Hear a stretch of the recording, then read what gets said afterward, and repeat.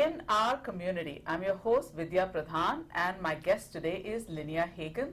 She's the president of the Abundance Company. She's a professional business and life coach who helps people with both their professional and their personal lives, especially when they think they're stuck or plateaued in their lives and they want to find out why they're not moving forward. Right. Would that be the right way to put it, Lynnea? And then finding ways and guidance to move forward and get what they want. Absolutely. Yeah. This is actually part of a series. This is the third in the series, and we've done 2 shows before with Lynnea. Thank you so much, Lynnea. And she has a special system called the Biosystem for Success. And in the first episode, we broadly discussed what that was all about. And in the second episode, we talked a little bit about the pyramid of 6 steps for strategically planning your life. Right. Today, we'll be talking about values, a very, very important episode indeed. Now, viewers, if you've been watching the show, you know what a fount of wisdom Lynnea is and how useful it is to be able to get these little tips for getting your life unstuck without consulting her. But of course, she's always also available for consultation should you want that. But before we go ahead and talk about values on this particular show, I'd like her to give us a little bit of a recap about what the biosystem of success is. Okay, sure. When I look at a business or an individual, I look at it as organic. So the biosystem of success is built on the notion of a tree. So if we have a tree that needs to flourish up above, there's got to be something. That's what the 6 steps to success are. It's how what we can do to flourish all of that through strategies and measurables. But holding all that together is something goes deep into the ground, and that's purpose. And next time we'll talk about purpose, because this is really essential to being your best and having a business and a life that inspires you and everybody around you. But that trunk of the tree that elevates and holds everything in place on top actually goes deep into the earth. And the roots are either fed or bled by things that we're putting up with in our life, our relationships with money, our own thoughts and belief systems, the network we're tied into, our own health, our physical environment, including our body. So by addressing all those in a positive way, we can actually feed that root system so everything on top is at the optimum. So instead of applying a Band-Aid to whatever particular problem you may be having at that moment, I sense that your strategy is look at the entire system. Look at the system of not just your life, but the life around you, what you've created for yourself, what are the factors influencing you, and hence an organic, holistic approach, which you call the biosystem of success. Exactly. And today we're going to be talking about one of the very, very important pillars of that biosystem, which is values. Now, values is a word that we tend to throw around a lot, but nobody can exactly, if you tell them, okay, what do you mean by values? Right. I don't think a lot of us have a handle on exactly what we mean when we say, that doesn't work with my values. So, Lynnea, how would one define values? Values are the things that are deeply important to us. They are characteristics that motivate us and help us make decisions. Things like maybe acclaim or travel, friendship, trust. And why is it important to define these? Why is it important to actually take the time to sit and say, these are the values by which I'm going to live my life? Well, I can back up and say, you know, what are some of the things that come into play if you are not in touch or haven't defined those. First of all, I just want to say a lot of us have lived our lives kind of in rote memory according to what our parents taught us or what they did or what they believed. That's so true. Rather than, and they're wondering why things just feel off kilter in our lives and maybe we're not happy. And so it's really important to define what's the core of us. But isn't it true that if you're in a family and the family has a value system, that you're likely to have that value system? Would your value systems be particularly different from those of your parents or the people who brought you up? There's a system, a value system, but there are individual values within that. So if the family has a high value system per family, Okay. that will likely be one of your values. But it's really important to go into it at depth and define who you are, because we can't just put it down. Gee, I'm the daughter of Mary, or the daughter of Francis, whatever. It was the name of my parents. But also just what makes us tick and what motivates us, and how can we make better decisions. So, for instance, what comes to mind is that maybe you grew up with, say, an affluent family, so one of the value systems, values that your family has is financial security, and that's pretty high in their list of values, but may not be in yours. That's a really good example. If money and financial security are really important to your family, and you're striving for that, but you're saying, what's this all about? Maybe one of the things you really value is making a difference. Exactly. And money kind of slips away, and so, you know, it's those things that make up the complexity of who we are. And with a biosystem of success, what I do is kind of lay out all the complexities, because we're pretty complex critters. Absolutely. And a tree is too, but we're more complex because we have a brain.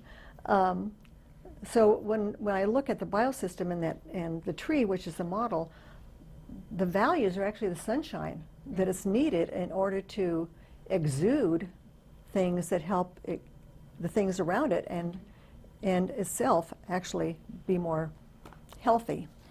Before we go on to figuring out, okay, how do we figure out our values? Can you tell me a little bit about how having a set of clearly defined values can help us? Well, first of all, I want to go back a little bit to what it looks like if you don't have those. You haven't defined those. You may have them, it's just you can't define them for yourself. Maybe you're in a career or a life that isn't what fits for you for some reason. Or maybe you've set goals that you just aren't achieving. Or perhaps someone said something that around you that you strongly disagreed with. Maybe it was something they said about another person, yet you didn't say anything. And later on, you were berating yourself and you feel ashamed. So by stepping into our values and incorporating those, we can avoid such these situations. And the biggest one for me is that you're so busy pleasing others that you've lost sight of yourself. And that's huge. You're draining yourself away. So that's a very big danger. If your values are not defined, and if your values are defined, how does that help us move forward? Actually, the research says that the most successful people are those that are in touch with their values. They have better empathy with others, they naturally attract others, and they create strategies to meet the needs of the situation. So that's really important. The benefits, and I wrote these down because I really want to emphasize these. Values help us define our purpose. And our purpose is the reason why we're here on earth. And how many of us have asked that question or wondered, why am I here on earth? And in the next segment of the series, I'm going to talk about how to find that purpose and what difference it makes in your life for bringing joy and moving yourself forward. But to make that purpose, you have to have those values in place. Exactly. It will help you move you towards that purpose. Think of values as that path to your North Star, and your North Star is your purpose that keeps you on point, on track. And actually, having your values and understanding your values builds more confidence, because you have a great sense of who you are, and you're not just trying to please others. The values help us react in difficult situations, where we can step back and we can say, okay, is this really part of who I am? Or is this going to work for me? I think, especially I think because our lives now in the modern world, we have so much choice, and we have so many things that require us to take decisions. Sometimes it can get really confusing. I'm guessing that having a clearly defined value means that we can make those decisions a little bit easier, right? Exactly. What it helps you do is just kind of pause and reflect. You're right. We are being barraged with so much information and so many memes. Memes are things that you think or believe, and these are put out in the world of what they're trying to influence what you think. Absolutely. And it kind of makes you kind of it creates kind of a buffer between all that stuff that's coming at you and your essential self, where now you can say, this doesn't work for me. Absolutely. But you have to come to that definition or those definitions first. I think it helps us to analyze the information overload that we're getting and to say, I'm guessing, right? That you're looking at this and saying, okay, I can make a decision here. This is not in line with my values. Reject it. This is in line with my values. Okay, I'll think about it some more. Right. It's a good filtering system, isn't it? It's an excellent filtering system. It really simplifies your life. It reduces overwhelm because you're being stressed out. It reduces stress because you're trying to take all this stuff in and wondering where to go with it all. But it actually kind of gives you a format where you can step back and you start recognizing, this doesn't feel true to me. Right. Doesn't feel right to me. And so you can let those go. And actually, it actually helps it immunize yourself against what others think and do and say. Exactly. And that's really hard in today's huge. world, especially with social media. Yes. That you are constantly feeling like you're being left out, or you're not part of the crowd. Your friends think differently. I think this is a great anchor to say, this is who I am. Isn't Exactly. it? I have a question for you though. Could it be that you think you know what your values are, but you're wrong? Absolutely. Right? You might have a hint, or you might, like I said, you might be reflecting something from the people around you or who you grew up with. Right. There are great processes. The one that's really more scientific is the one that I use to help people define their values and also what their personal needs are. Our personal needs are those things that are like water or food or shelter, that if we're not being fed with those and having those needs fed, then we're not going to be able to move forward. Absolutely. And my second question is, can your values change over time? They may be tweaked. The first go around may feel right, but if you kind of continue to kind of look at it, you can say, you know what, I'm elevating that, or maybe I'm just taking a piece of that. So yeah, they can change over time, but I'm not going to say they change drastically. They can maybe evolve a bit. I think evolution is possible. If I look back at my life, when I was young, I grew up in a very non-affluent family. So definitely one of the things that was really important to me was to be financially independent. But when I got closer to being financially independent, it wasn't important anymore, right? So now I'm looking for a different value. If I continued to have that as my core value, that would influence a lot of the decisions of my life. It would influence who my friends were. It would influence what my lifestyle was. It would influence who I voted for instance, right? And because time has passed and life, things have changed over time in my life, my values may have changed. Yes. And so this is something also that I'm guessing that your clients do, which is reevaluate. The evaluate itself is a word, I'm guessing it comes from the word value, right? Exactly. That's a great word. I'm hoping that my clients do that. I do some clearing out of myself every New Year's Eve, and I start looking at things that aren't quite right, and maybe doing the opposite of those, or improving on those things. And all those things are tied to my values. I know what my values are because I've studied this a lot. So I understand that you have a very professional way to help someone discover their values. It's not just a brainstorming session. This is a very scientific way of doing it. Could you share that with our viewers? Well, yes, I have a couple of different things. One for personal, which can influence your career and business decisions, and then one that I use with businesses that actually can impact you personally.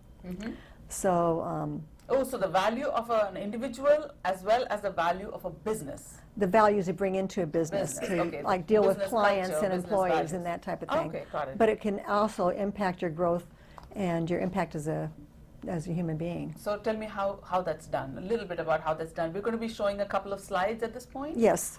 That sort of describe what we're talking about right now. Okay. The first is what is called the vector. I didn't create this. I took training from the top leadership organization and coach in the world, Dr. Lance Secretan, and he created something called the vector. And the vector actually boils down values to just three things. The first is mastery, and mastery is basically undertaking whatever you do to the highest standards of which you are capable. People say, well, I met the highest standards. Can you grow that a little bit more? And how we grow that mastery is by learning. And in the vector, you can actually measure yourself on your mastery. If your mastery is a 5 and your learning is a 10, then you can predict you're going to be more successful going on in your business and in your mastery. But how does that have to do with values? Because these are the values that within a business in order to impact. Right.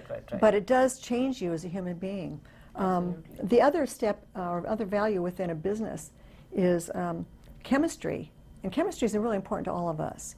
Chemistry is relating so well with others that they actively seek to associate with you. What a beautiful thing. And so when you're trying to build chemistry, and for me that's really important because I want to help others and I want to inspire others. So how can I build that chemistry so that others want to actively associate with me in a way that is really healthy for both of us? And so what I can do to increase my chemistry with others is to build on my empathy for others. Absolutely. What is the third thing you mentioned? And the third thing is delivery. It's identifying the needs of others and then actively meeting those needs. And within the vector, the way to increase that is by listening. You won't know the needs of others and how to actively meet them until you really listen to them. And I see in a lot of businesses, they're not listening to their customers. If somebody leaves, they're not asking why they leave. They're giving surveys to why the people they have are what they like about the place. But it also applies to people around you. It applies to not only clients but also to employees. So I understand that these are the values that when a business is evaluating itself and saying, okay, why is my business stuck? Why am I not selling more? Why am I not growing? That this is a good system. What about individuals? I understand you have a system for that as well? I have a great, more scientific, when you read from other people, and I've been researching this, what other people say, they say, well, just write down some things that, that to you are really valuable characteristics, and then kind of choose 3 of them or something. Yeah, that's how I've always done it. Like, okay, if you want to start thinking about values, just make a list and say, oh, that's important, that's important, that's important. Right. That's not your way. No. Okay. How do you do that? The one that I have has a section where there are different sections of 5 questions each. There's 20 different sections of 5 questions each. So you just mark the one in each section that applies to you. And you can have one section where you mark all 5. Or you can have one that you have marked 2 or whatever. And then at the end, you pick out each section that has the most choices. We made the most choices on your part. And then you will see how each of those sections, the ones that are really strong, are actually defined by certain values. So you sort of assign some kind of a weight to each of these answers, and then you use that system to develop, to actually maybe come up with values you didn't really know you had, but it just pops up. Can you share an example of someone who... I've got a great example. Okay. I had a client who was a manager, not even a manager, she was a vice president within human resources for, let's say, a large hospital chain. And I'll call her Betty. Okay. And Betty came to me because things just weren't feeling right to her. She wasn't feeling quite good in her job. It was kind of draining her. And when I first met her, she was rather overweight. She wore just plain long black dresses, and she pulled her hair back to a ponytail. And what surprised her when she discovered her values is that what she really valued was creativity and beauty. Wow.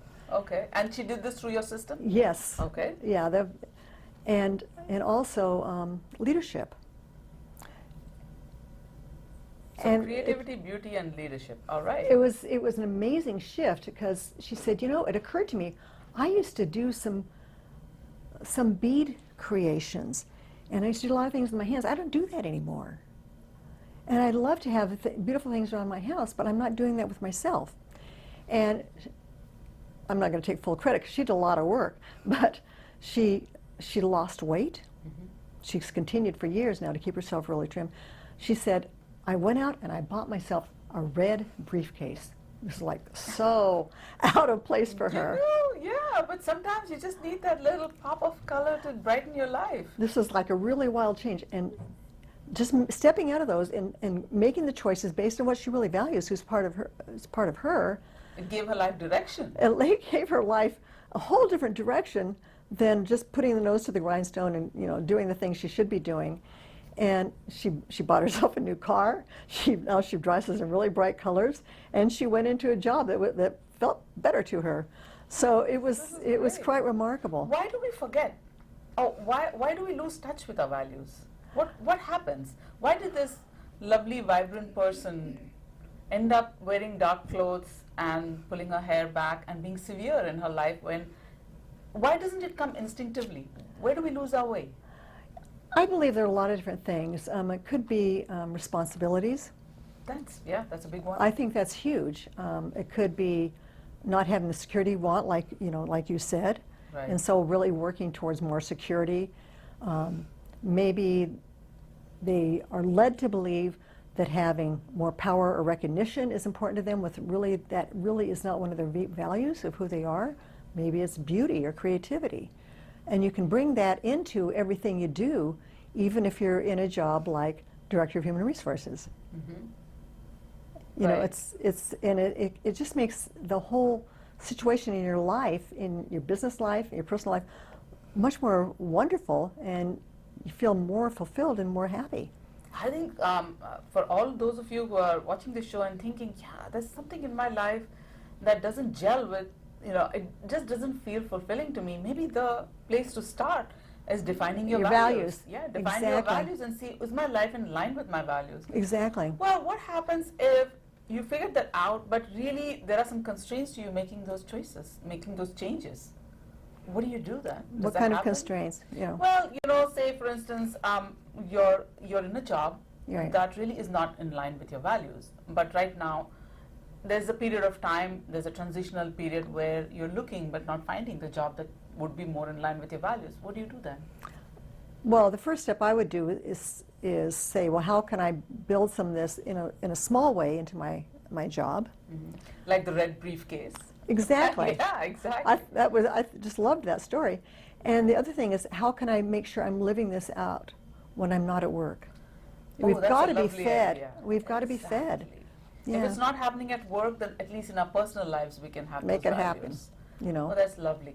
And what about if we figure out our set of values and we realize that those values are in conflict with those who are nearest to us, maybe at work, maybe at home? What happens then? I'm sure that happens, right? That can be a very, very touchy situation. Mm-hmm. Right. And what advice do you give when you encounter something like that? That, oh my gosh, I have these values, my husband doesn't, or my wife doesn't, or my significant other doesn't, or my boss doesn't. Yeah. Well, when it comes to personal relationships, what I would advise them to do, or suggest they do, I don't give advice, is have their spouse do the Test too. And what it does, it builds understanding in the relationship. It builds understanding, well, what drives the other person, and so hopefully you can communicate better, and you can be a little more sensitive to who that person is, because they're real different from you. Yes, absolutely. I think that it makes so much intuitive sense, and I'm glad that there is a system in place that you created or developed that helps you identify, helps your clients identify exactly what those values are. So this is, we're just about winding up this show, but I know that these values, working on these values is a great foundation for finding out what your purpose in life is. And I think that's Right. something that in all our conversations so far we've discussed, that finding that golden purpose is really, exactly. really important. Otherwise, we're just drifting. So if you've been watching these shows, you have a treat ahead from our next show, which is going to be all about the golden purpose. Now, Lynnea, if someone wants to get in touch with you to do a consultation, how would they do that? What's the best way to get in touch? They can email me, Lynnea, Lynnea, at abundancecoaching.net. Lynnea at abundancecoaching.net. Right. They can reach out to me on Facebook. I have my own page for my business, Lynnea Hagan. They can also call me if they want.